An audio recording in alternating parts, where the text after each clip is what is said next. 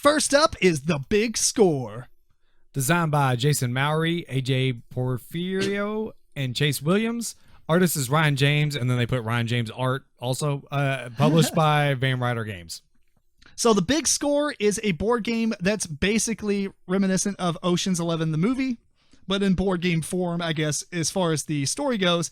You're going to all these small jobs. They kind of get up the money and the people and the stuff to end up going on the big score, which is the big job at the end. The game kind of plays over 2 phases. The first phase is a drafting game in which you are going to get a handful of cards. There's 6 different color type of guys, like the muscle and the driver and stuff like that. There's 6 different guys, but essentially there's 6 colors. And there are 6 jobs that are face up on the board in the middle, and you're going to draft these cards, and while you're drafting them, you're paying attention to what jobs they can go on. Now, you don't have to collect enough guys to complete one of these jobs, because each job needs, 3 to 6 guys, usually 3 to 7, something like that. But what you do is, after everyone drafts, you have these standees that represent your character, like different art or whatever. For 1 through 6, which obviously there's 6 jobs out in the middle. There's a couple more standees, but we'll talk about those in a second.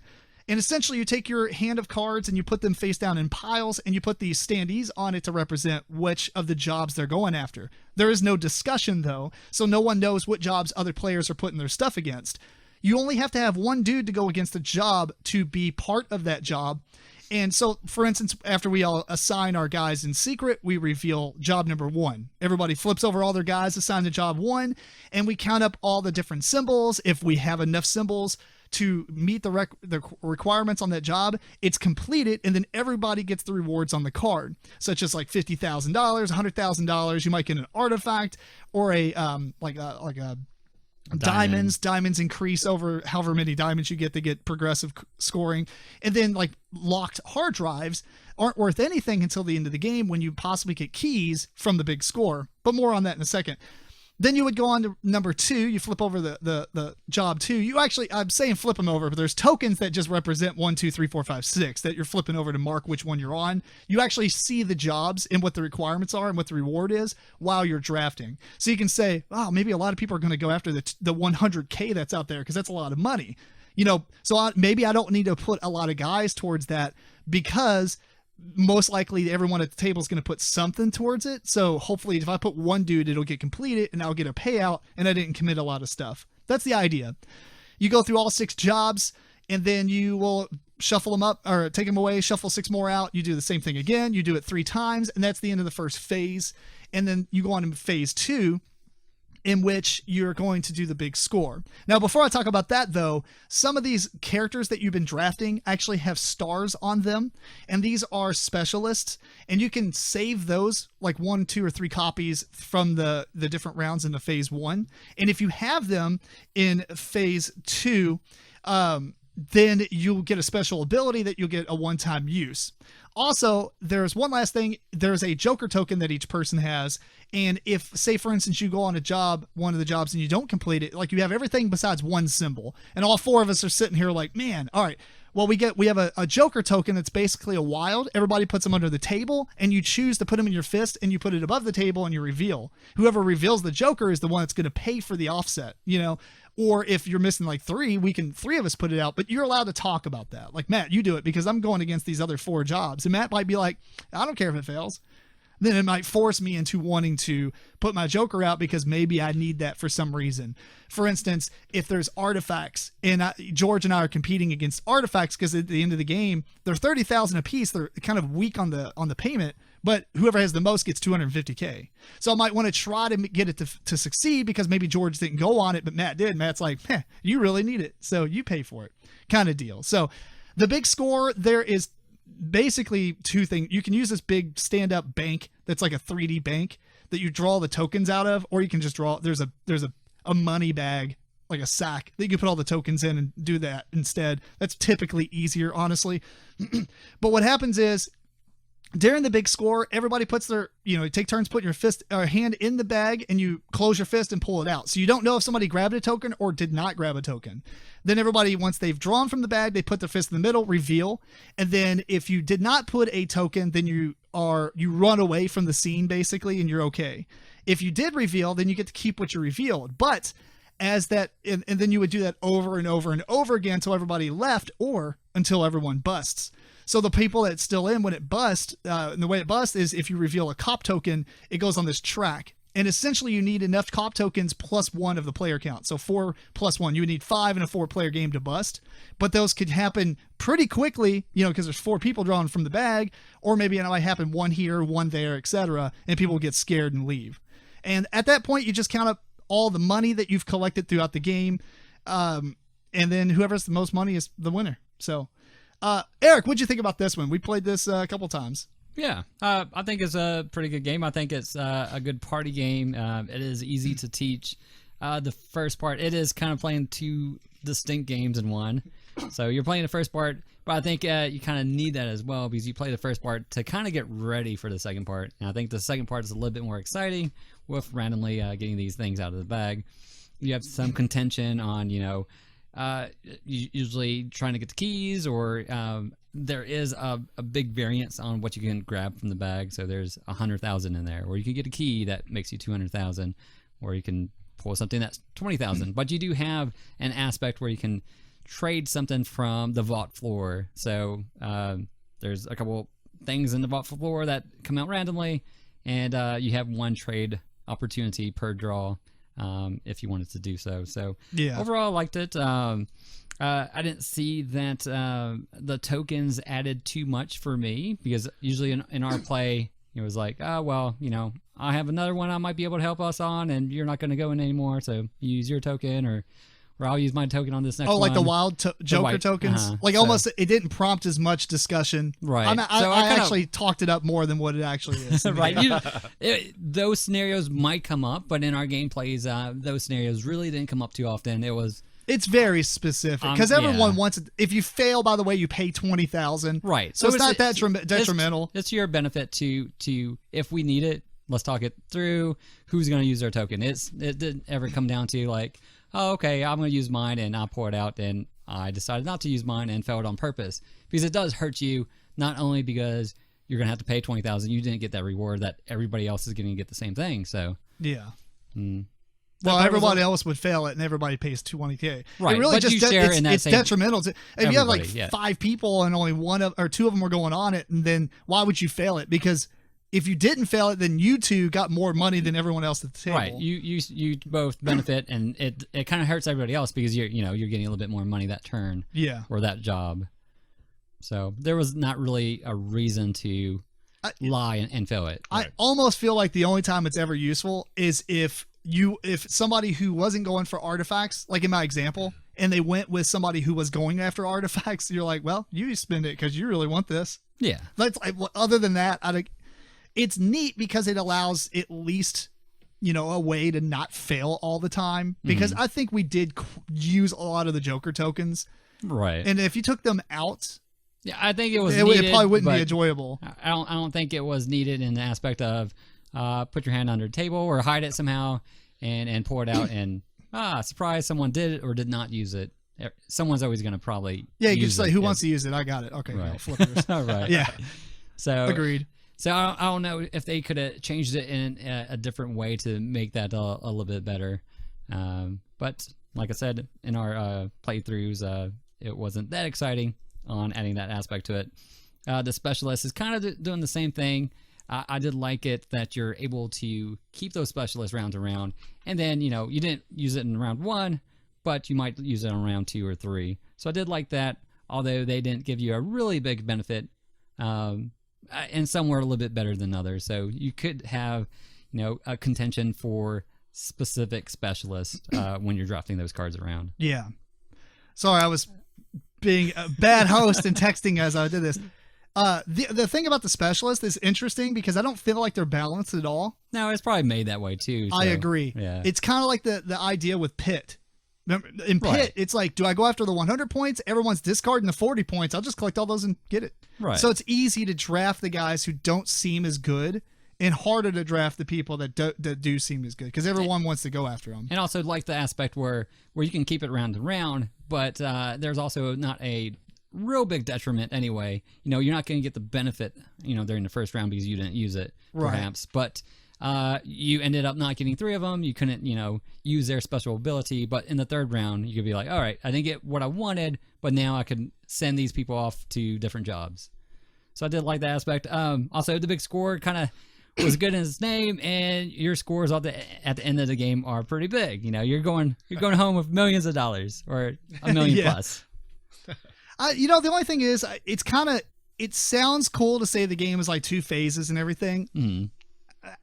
I wish there was a little bit more that happens that bridges that. That one specialist is legit the only thing. Other than maybe you might want to go for more diamonds or you want to go for more artifacts. Right. But all that is... Or you need keys. Right. But really be luck-based depending on what you're able to grab from exactly. the bag. You can't go for that. It's just you have to get it. Right. You hope for it. So... that's going to be good and bad for some people. If you like that luck aspect, I really wish that, I want another artifact because that's going to put me over. That's going to give me another 250. And you pull it out and you're really happy and everybody cheers or maybe not. So that part of it's cool.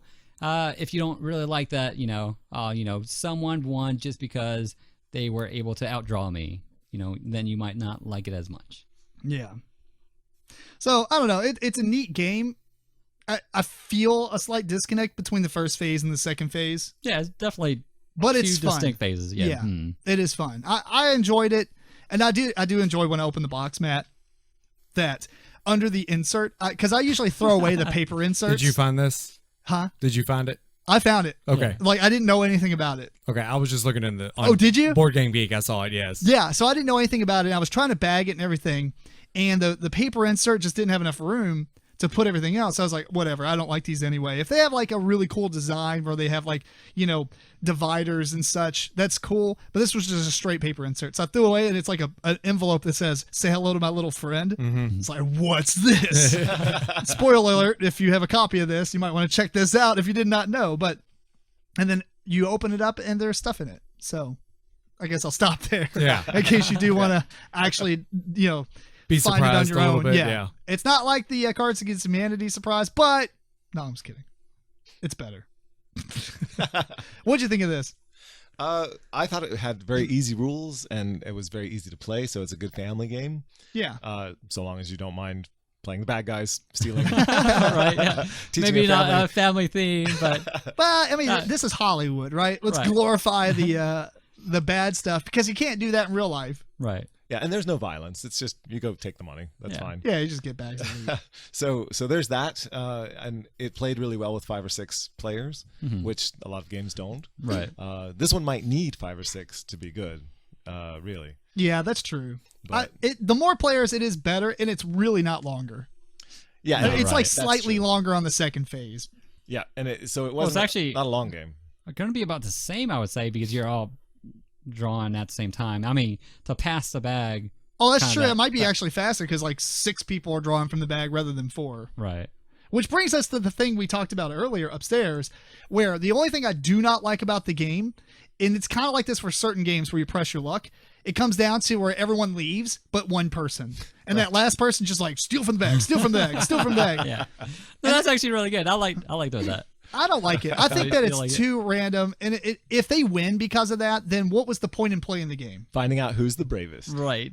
It needs to be... it is still press your luck unless everybody left because there were the 4 or cops should 5 be people. mad that you're the last person in the building and they send in the SWAT team. You were still sneaky. And then couldn't you have to draw like 3 tokens at a time if you want to stay in.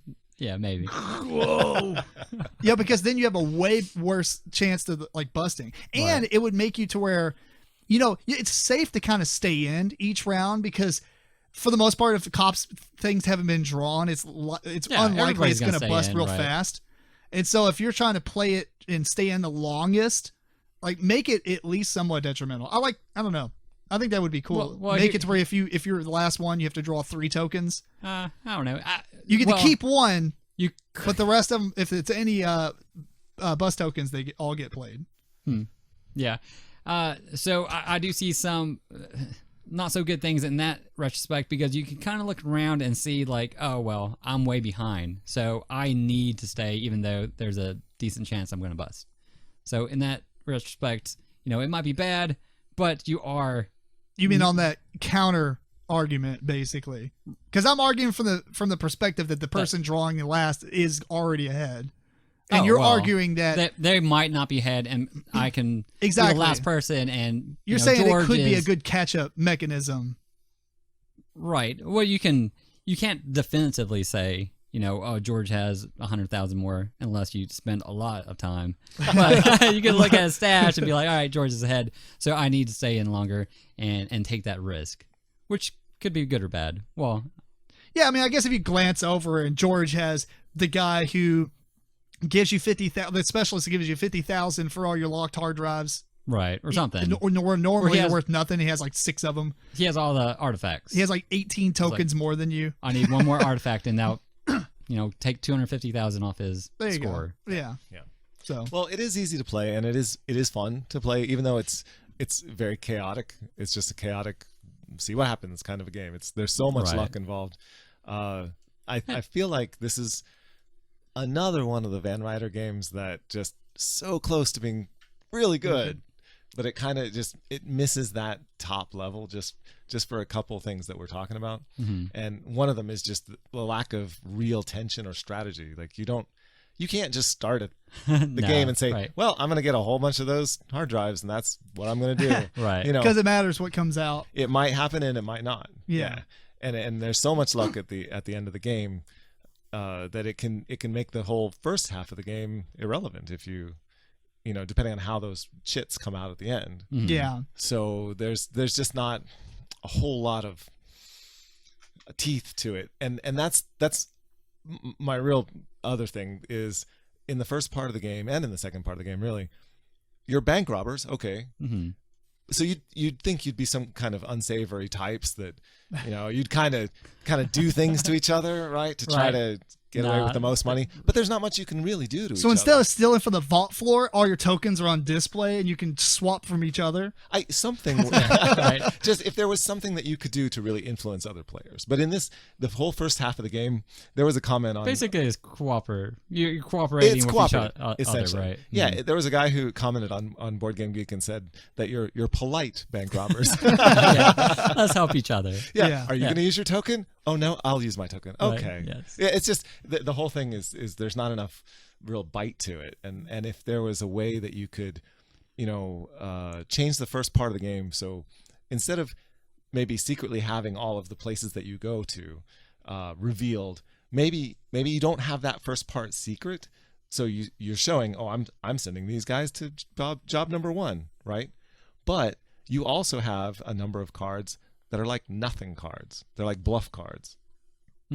So people think you're going to go do job number 1, but you're really not. Well, you do have the trash can that you can kind of bluff with that. Yeah, no, that's true. But what I'm saying is, actually have the numbers on display. Right. I am sending someone just like the number of cards that you're sending, but maybe those aren't real cards. And then you have a token that says, I'm not really interested in that job. And if it fails, you guys are going to pay. But I said I was going, and if it fails, I actually get a tiny reward because I tricked you guys. Without actually changing the game the way it is.